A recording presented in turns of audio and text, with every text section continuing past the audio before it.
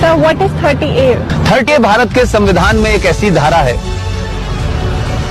ये धारा ये कहती है कि हिंदू अपने धर्म की शिक्षा नहीं दे सकता, अपने कॉलेज में नहीं दे सकता, प्राइवेट कॉलेज में नहीं दे सकता, इसके लिए कॉलेज नहीं बना सकता, और जो सरकार के जो कॉलेजेस हैं उसमें नहीं दी जा सकती। लेकिन एक धारा है 30, वो 30 धारा मुसलमानों को इस बात की इजाजत देती है कि वो अपनी मजहब की शिक्षा के लिए कॉलेज खोल सकते हैं, वो मदरसे चला सकते हैं, क्रिश्चियन अपने मदरसे चला सकते हैं, स्कूल इंस्टीट्यूशन चला सकते हैं जहां वो अपने मजहब की शिक्षा दे सकते हैं। मेरा सवाल यह है, क्या संविधान के निर्माताओं को इस बात का बोध नहीं था कि सिन्नी जी, अगर आप अपने धर्म की शिक्षा आपको नहीं मिलेगी तो आप में संस्कार कहां से आएंगे, आप में फेथ कहां से आएगा, आप वेद क्या हैं, पुराण क्या है, कैसे जानेंगे अगर आपसे कहा जाए आपको यह नहीं पढ़ना है।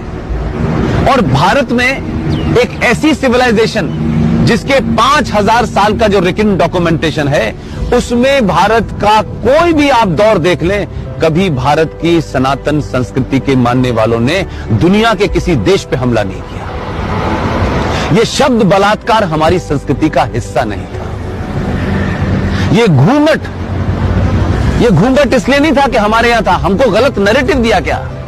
ये भारत के अंदर जब मुगल शासक आए, उनका एक ही एजेंडा था कि जितने गैर मुस्लिम औरतें हैं उनका रेप करके उनकी नस्लों को सुधारना है। ये बलात्कार शब्द हमारे साहित्य का हिस्सा नहीं था, ये तलाक शब्द हमारे साहित्य का हिस्सा नहीं था। हमारी परंपरा और संस्कृति में 7 फेरे जीवन भर के लिए जाते हैं।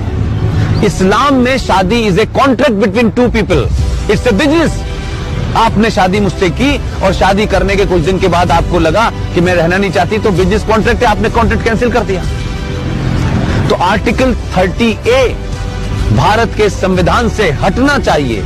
इस देश के 90 से 95 करोड़ हिंदुओं को उनका शास्त्र क्या कहता है, उनका वेद क्या कहता है, इसकी शिक्षा की इजाजत देनी चाहिए। और मंदिरों के ऊपर जो हिंदू पैसा चढ़ाते हैं, यह भी एक लॉ है जो नहीं पता देश को। भारत के जितने भी मंदिर हैं उस पे जो पैसा चढ़ता है वो सरकार के खजाने में चला जाता है। और भारत के मजारों के ऊपर जो पैसा चढ़ता है, जो गुरुद्वारों में पैसा चढ़ता है, वो सारा का सारा पैसा उस धर्म के मानने वालों के पास चला जाता है।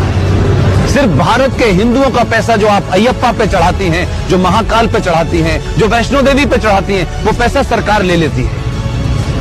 तो अगर भारत के मंदिरों पे चढ़ने वाले पैसे से भारत के लोग, हिंदू लोग, सनातनी लोग अपने विश्वविद्यालय खोलना चाहें कि हम सनातन के बारे में बताएंगे, पुराणों को पढ़ाएंगे, तो उसकी भी छूट नहीं है। ये संविधान में 2 धाराएं एंटी हिंदू हैं, इनको समाप्त होना चाहिए। और मैंने कल भी घोषणा की है कि अगले 2 साल में इसके खिलाफ भी मैं